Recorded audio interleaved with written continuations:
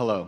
First thing I want to do is just acknowledge my journey with you for the past 22 years. Yeah. It has been the single most profound thing.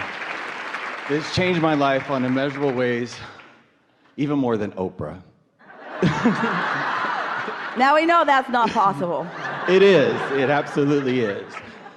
And I was here in Chicago 4 years ago, and I just manifested all this money and bought my dream car, and I took my entire salon up here. Had this amazing experience, and I lost everything. I went through this, yes, it was the best thing that ever happened to me. It was hell going through it, but... You didn't lose your vibration. I did not lose my vibration. Which is everything. In other words, all that other stuff... But I lost the stuff. Oh, good, something else to create. Exactly.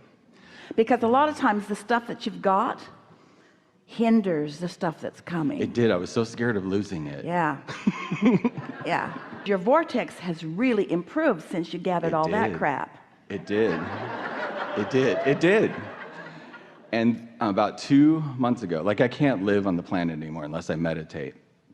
Like I just can't, it freaks me out. I have to meditate in order to say that in a different way. Okay. I do better when I come into alignment first, because when I proceed into my day in the receptive mode, I have a much better day. Yes, that's how it goes. And I love it now, and I'm embracing it now. Not something that I do, it's just something that I enjoy.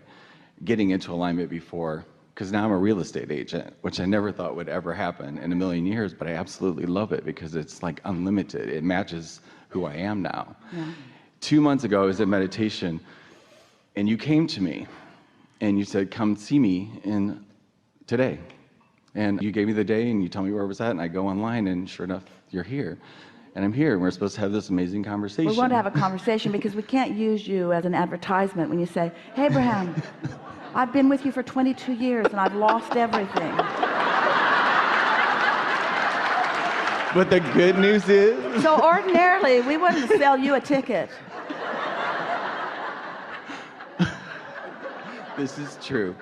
The reality is I've been having this insane path or sane synchronicities that are absolutely blowing my mind about... Are you telling us that thoughts are turning to things? Yes. All right, do you have anything else you want to talk about that's not boring and normal? No. We'll hear you. I know. I just recognized this thing, and it almost looks like a V. And I had it, like everything is almost exact. Like I went to the bottom, I'm doing everything on a completely different level now. And Jerry was a financial counselor for many years. He was helping people figure things like that out. And one of the first things he asked us when years later he began visiting with us is, hey, Abraham, why is it that people so often need to go all the way to the bottom before they start bouncing up? He said they always do. They always begin bouncing back. But why do they have to go so low? He said first it's the boat, and then it's the second car, and then it's this, and then it's this, and then it's this. And it's like the slide continues to go down until it's all gone. Why is that? And we told him years ago what you just told us that you recognized. It's the attention to what you're losing that holds you in that vibrational place that makes that the reality that you are carving out. Doesn't have to be that way. You could slide a little and take the bounce from it right then. But so many people are pressing so hard against what they do not want that they're letting that be the basis of their vibrational offering and therefore their vibrational point of attraction. And so at any point that you take the bounce and turn around, you can expect that things will go way, way better, because during all of that contrasting time, first of all, you've put so much more in the vortex. The momentum of the vortex is so much stronger. But it also requires then more discipline of focus, to not allow yourself to go back in a sort of post-traumatic war syndrome type thing and focus upon those things that caused you emotional pain then. In other words, you've really got to accept that all of that is to your advantage. We have two very important stories to tell you, and you've undoubtedly heard them before, but we're going to tell them to you again. So two people in the same week came to us with similar stories. One, a woman, an artist, coming from New York out to California. She had her portfolio of all of her magnificent artistry in her car in these boxes. She was going to Hollywood. She was going to present herself as a set designer, and someone broke into her car and took it all. And she said, so here I am with nothing to show. She said, I have lost it all. And we said, you have not lost your talent. You've not lost your point of attraction. You've not lost your vibrational prowess. You've not forgotten who you are as an artist. And anyway, that portfolio no longer represented what you have to offer now. It was a distortion of who you are. If you show what you painted 5 years ago, 10 years ago, 15 years ago, really, she had some of that in her portfolio, or even 1 year ago, or even last week, it does not represent who you are now. We said, go present yourself as you are now. The other was a man who, like you, had built quite an empire. He had lost it. He was in his 60s. He said, Abraham, how can I ever begin to start over now? It's taking me all these years to get to that point, and now it's gone. And we said to him, you have not lost your point of attraction. You don't understand what that vibrational version of you is. You have not lost your point of attraction. Your point of attraction and all that power of desire is there. You can turn things around so quickly. All you got to do is get in the receptive mode. It doesn't matter what you have. You're not amassing stuff anyway. You're amassing your ability to attract stuff, to create stuff, to manifest stuff. Manifestation is an easy thing once you get into that vibrational place where you're allowing it to manifest. Don't drag your manifestations from before around with you and use those assets as your reason to express your prowess to the world. That's not your prowess to the world. You present yourself to the world vibrationally. You present yourself to the world attitudinally. You present yourself to the world in terms of your mood. It's your point of attraction. It's what you're allowing the universe to deliver to you now, the ideas now, the rendezvous now, the circumstances and events now. You hear people talk about, oh, they got their big break. Well, we say they finally got into the receptive mode. And so often when people get their big break, they don't stay in the attitude of allowing another and another and another and another and another, because they think that big breaks are scarce. They're not. It's receptive modes that are scarce. It's you being in this receptive mode. That's what's scarce. That's why when somebody finally figures it out and they become masters, you want to say, oh, well, they're a master because they struggled and they did all this and they dragged their body through all of this and they've lived all of these years and they did all of those things. And we say, maybe they did do all of that, and maybe it took some of that for them to get into the receptive mode. But it's the receptive mode that you are witnessing, not they're dragging their assets around. Assets. Their assets around. It's not they're dragging their assets around. That's not what it is. And so it doesn't matter. We love it when you've had an experience where you've taken a big bounce. We love it when contrast has put strong desires in your vortex. Just don't spend any time, spend no time justifying anything by looking back. Don't ask for understanding of others. They don't understand anyway. Don't ask for pity from them. Don't ask for help from them.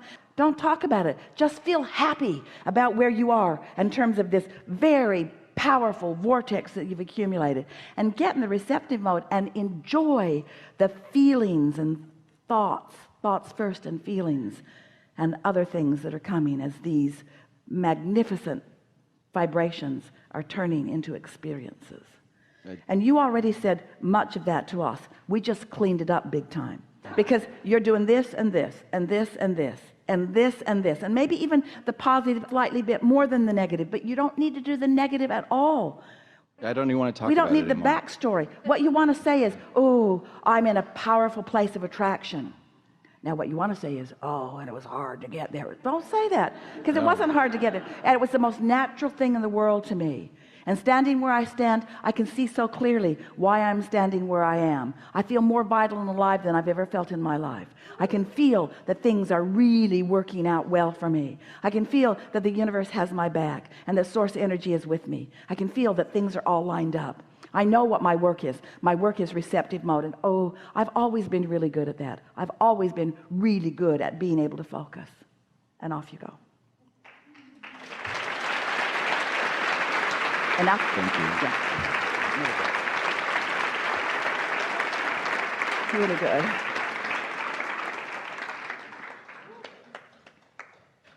So I come here today. I've read nothing about you. I've never seen your videos. I've never seen you in person. I didn't really even look you up online other than to find out how to get here. And I came here by a woman who said you have to go see Abraham Hicks because you get it. Krista sent me here. And Thanks a lot, Krista.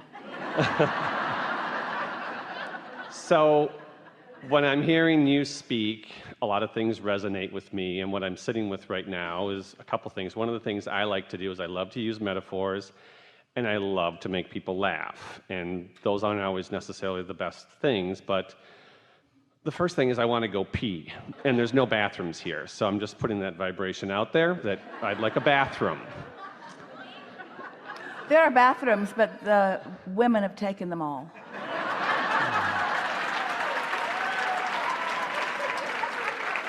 Because women are more powerful, Yes. more peaceful. So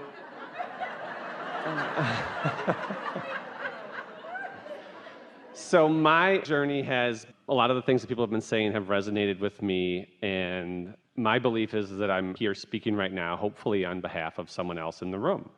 Speaking on behalf of most of the world who is doing all right, who feels resonance with what the source within them knows, who stumbles upon it occasionally, recognizes it when they do, does not focus seriously in order to stay there usually, but has managed to hold themselves in a close enough vibrational frequency to their own desire that they're beginning to translate some vibration into things by rendezvousing with someone who says to them, there is something of value for you here that might take you into a little more deliberate creation of a purposeful life.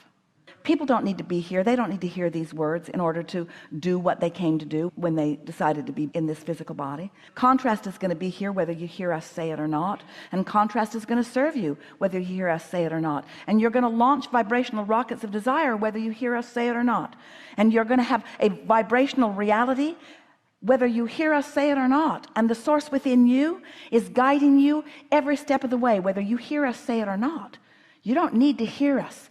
But the benefit that you get from us and from Krista and from others, the benefit is if we can convince you that it matters that you feel good, if we can convince you that feeling good is good for you because feeling good is necessary in order for you to be in the receptive mode, and when you are in the receptive mode, then you have the whole of you focused in this moment in time. And oh, it's so much more delicious to have the whole of you focused in any moment in time than some fractured, pinched off piece of you. In other words, it's so much better to be fully focused, fully having a conversation with someone, fully in love with life, fully appreciating the beauty of whoever it is that you're focused upon. It's so good to be tuned in, tapped in, turned on.